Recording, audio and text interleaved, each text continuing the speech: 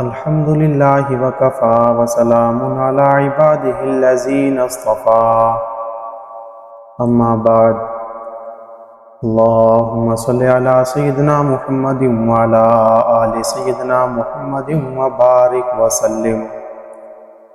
واجب الاحترام بزرگوں، بھائی اور دوستوں، آج میں آپ حضرات کے سامنے اسلام کے لیے سب سے پہلی قربانی دینے والی مقدس خاتون کا ذکر کرنے والا ہوں، جو رسول اللہ صلی اللہ علیہ وسلم کی صحابیات رضی اللہ تعالیٰ عنہ میں سے ہے۔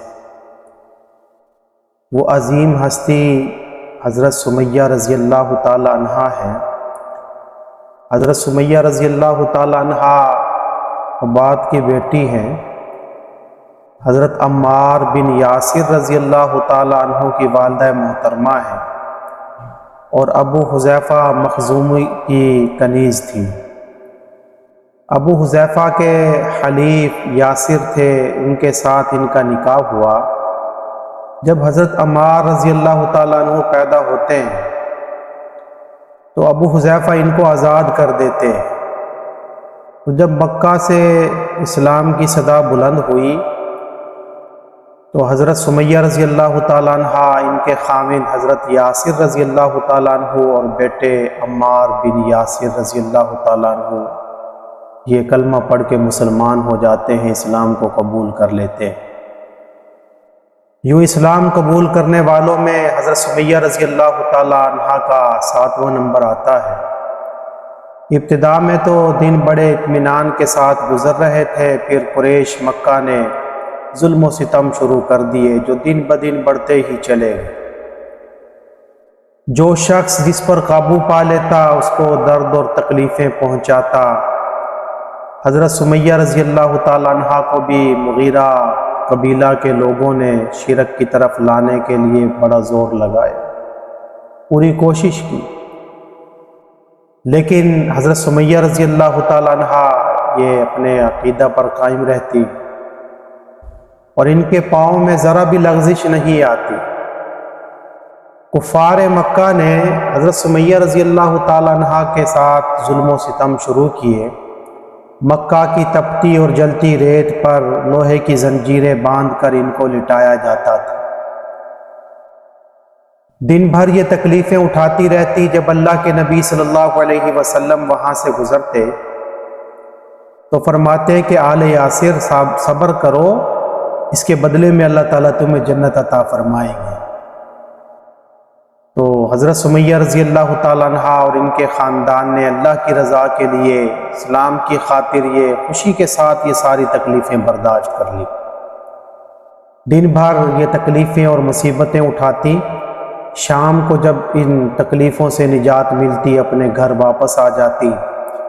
ایک دن اسی طرح اپنے گھر واپس آئیں، ابو جہل نے آ کر ان کو برا بھلا کہنا شروع کر دیا، حتیٰ کہ ابو جہل غصہ میں تیز ہو گئے اور ایک برچھی اس کے ہاتھ میں آئی۔ اس بدبخت نے حضرت سمیہ رضی اللہ تعالیٰ عنہ کے سر پر وہ برچھی ماری جس سے وہ شہید ہو جاتی۔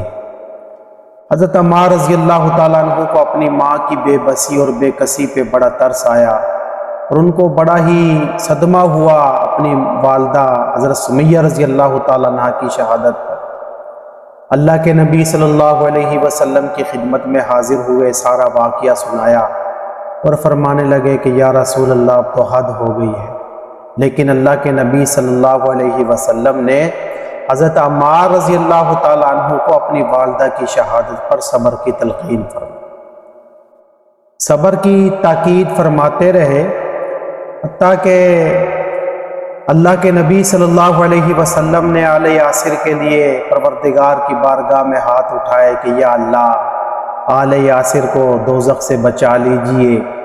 جب بدر کے میدان میں ابو جہل مردار ہوا تو اللہ کے نبی صلی اللہ علیہ وسلم نے حضرت عمار رضی اللہ تعالیٰ عنہ سے فرمایا کہ دیکھو اللہ تعالیٰ نے تیری ماں کے قاتل کا انجام کیا کر دیا، اس کا کام تمام ہو گیا ہے، اللہ تعالیٰ نے اس کا فیصلہ فرما دیا۔ تو یوں حضرت سمیہ رضی اللہ تعالی عنہ چونکہ ان کی شہادت کا یہ واقعہ ہجرت سے پہلے کا ہے، تو اسلام کے لیے قربانی دینے والوں میں سب سے پہلی خاتون ہیں جو اللہ کے نبی صلی اللہ علیہ وسلم کے زمانہ میں شہید ہوتی ہیں، جن کو اسلام کی خاطر ظلم و ستم کر کے شہید کر دیا جاتا ہے۔ اللہ رب العزت حضرت یاسر رضی اللہ تعالیٰ عنہ اور آل یاسر رضی اللہ تعالیٰ عنہم پر اپنی رحمتیں نازل فرمائے اور اللہ تعالیٰ ان کے درجات کو بلندیاں نصیب فرمائے۔ وآخر دعوانا الحمد للہ رب العالمین۔